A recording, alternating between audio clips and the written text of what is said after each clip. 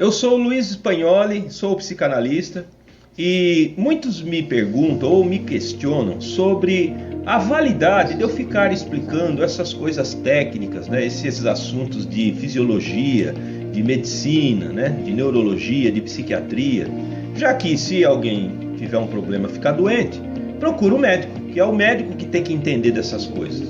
Bom, eu faria uma ilustração. Por exemplo, quando teu carro quebra, não é legal se você entende também de mecânica, né? Para você levar o teu carro na oficina e você, juntamente, né, com o mecânico, se inteirar do problema, por que aquilo aconteceu, né, e decidir junto com ele o que é melhor fazer. Não é bom isso?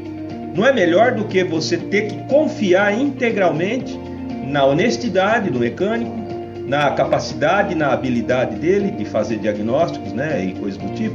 Pois bem, no caso da nossa saúde, e principalmente da nossa saúde mental, é importante, é fundamental que nós também conheçamos minimamente como é que funciona o nosso cérebro, como é que o nosso cérebro produz os processos mentais, né?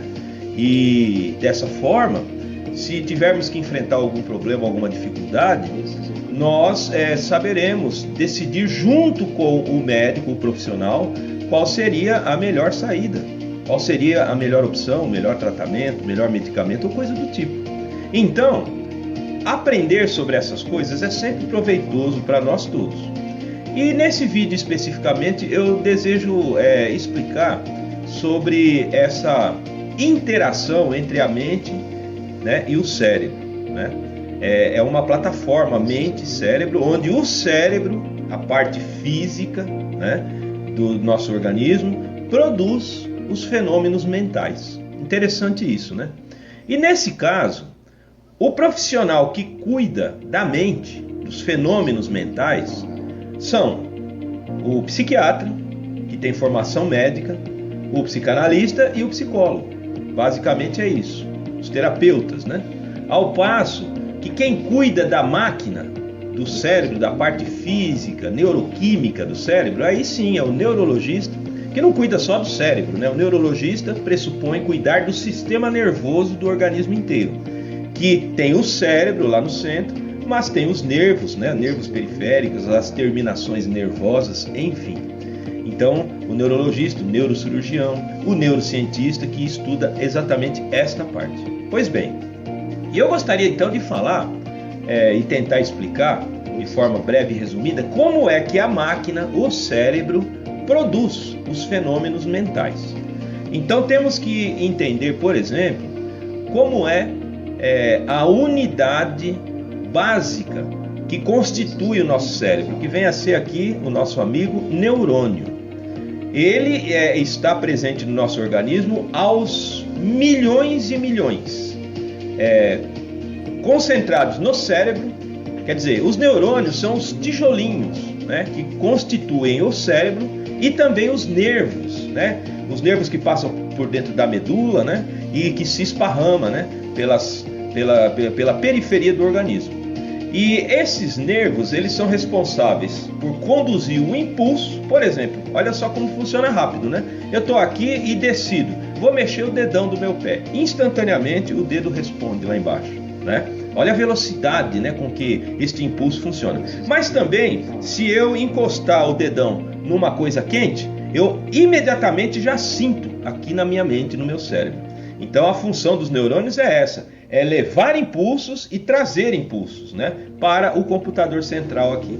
Então é mais ou menos assim. E como é que o neurônio funciona? Porque através disso também vamos entender como é que os remédios, os medicamentos que o psiquiatra prescreve funcionam. Então está aqui, né, na ilustração, ele tem o corpo celular, que é parecido com o restante das células do organismo inteiro, né? As células do estômago, as células da pele, as células ósseas e assim por diante. Todas as nossas células, elas têm esse corpo, né, celular, que por sua vez, né, tem ali a mitocôndria, tem o DNA, que é semelhante em muitos aspectos ao restante, as suas células, o seu DNA, que é esse código inserido aí no centro, né, desse corpo celular, ele é igual para todas as células do seu corpo, com algumas diferenças que fazem cada célula se desenvolver para uma função específica, como no caso do neurônio. Então, ele é constituído desse corpo celular e o axônio, que é este fio principal, esse cabo principal condutor de impulso nervoso, que por sua vez ele termina nas ramificações, né, do axônio, e os dendritos, que na realidade são pequenos axônios que também estão ligados ou conectados com outros neurônios. E existem então bilhões de conexões no nosso cérebro. O cérebro funciona mais ou menos dessa forma. É uma aglomeração gigantesca de neurônios que estão todos conectados entre eles. E a conexão, ela recebe o nome de sítio sináptico, porque é ali nessa conexão ou na junção de um neurônio com o outro, né, na ponta dessas hastes, que ocorre a sinapse, tá certo? E o que é uma sinapse?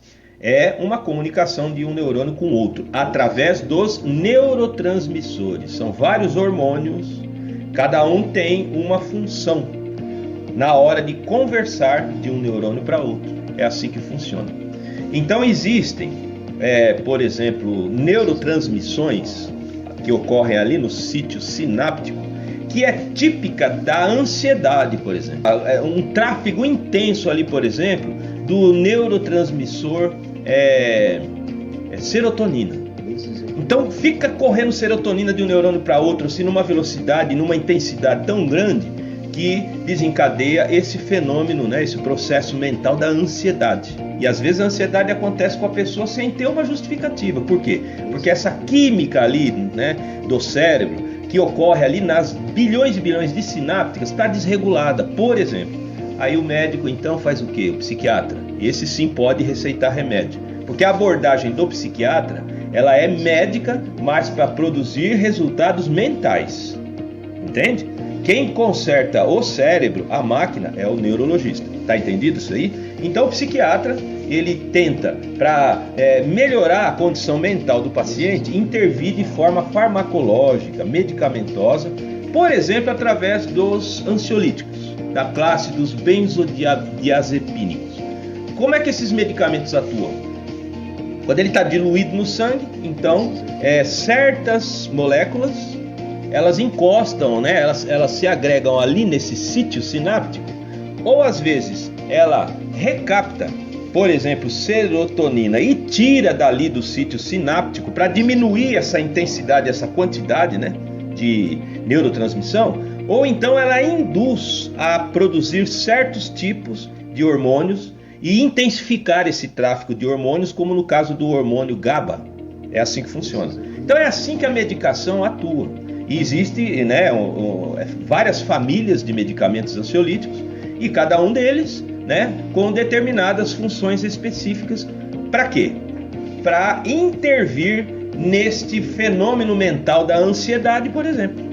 Ou então, o contrário, quando a pessoa está deprimida, a depressão pressupõe, assim, um encolhimento, uma retração da atividade neurológica, neuronal, entende? A pessoa fica desanimada, quer ficar trancada num quarto escuro, perde a motivação, a alegria, o desejo de fazer as coisas e coisas do tipo, né? Então essa pessoa já precisa do contrário do que o ansiolítico faz. Precisa tomar uma medicação, né, como os antidepressivos, por exemplo, que tentam regular, né, essa neurotransmissão, essas neurotransmissões que acontecem aos bilhões, entendeu? No sentido de restaurar o ânimo da pessoa, a sua condição normal mental.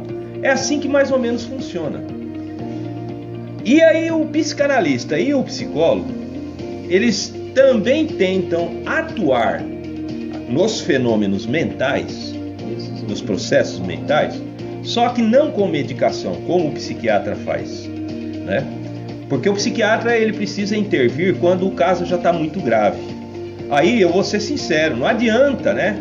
Uma pessoa que está num quadro agudo de ansiedade, que está sofrendo transtorno de pânico, né, e coisas do tipo, com manifestações físicas de taquicardia, sudorese, desespero, né? E às vezes isso acontece do nada, é uma coisa muito triste, muito terrível, só quem passa por isso é que sabe o que é.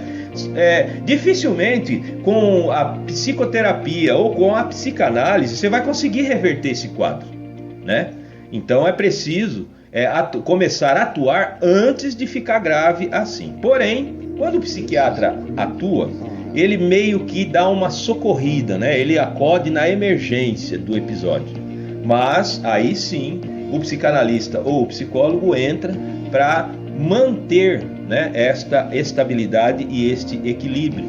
Por exemplo, ensinando o paciente a evitar os gatilhos, os pensamentos que desencadeiam o transtorno de pânico, por exemplo, né? E no caso do psicanalista, a investigação do inconsciente, todos nós temos na nossa mente, para tentar entender da onde parte do inconsciente os gatilhos que desencadeiam esses fenômenos mentais. Por exemplo, tá ok?